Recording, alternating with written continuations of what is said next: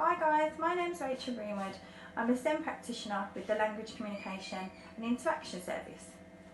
Today I'm going to talk to you about using objects of reference. Objects of reference are a communication system that associates an object with an activity or event. Objects of reference are another visual that we can use to support children. Using an actual object can back up the words we are saying to children when we direct them. Using an actual object can help children understand when being offered choices. Objects give a bit more sensory information. They are concrete and permanent. Objects of reference can be used to structure your child's day, and objects of reference can be used to support your child make choices.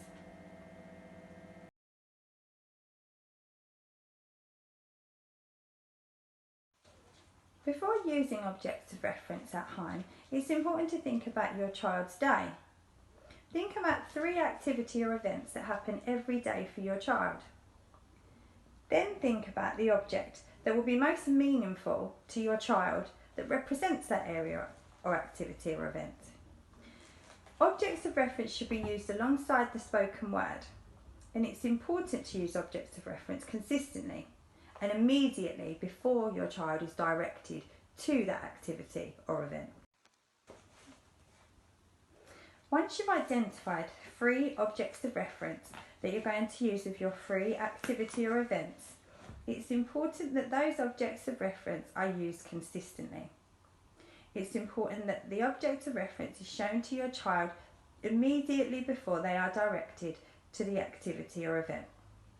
This is so that your child can learn that the object being shown to them represents an area or activity that they are being directed to.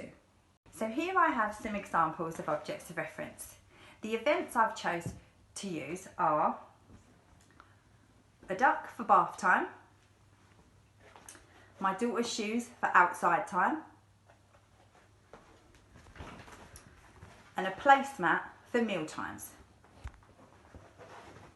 It's important to use objects of reference repetitively and consistently. So when it was bath time, I would say to my child, bath time, and show her the object of reference. I would immediately direct her to the bath. I might allow my child to hold the object of reference so she can get a little bit more of a sensory information.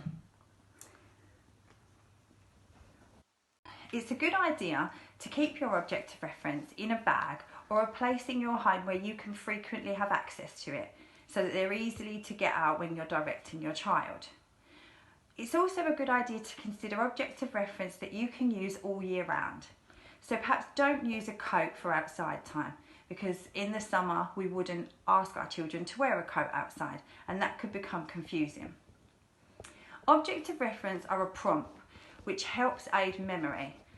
Once your child is familiar with using objects of reference, they can then be used to help your child make choices.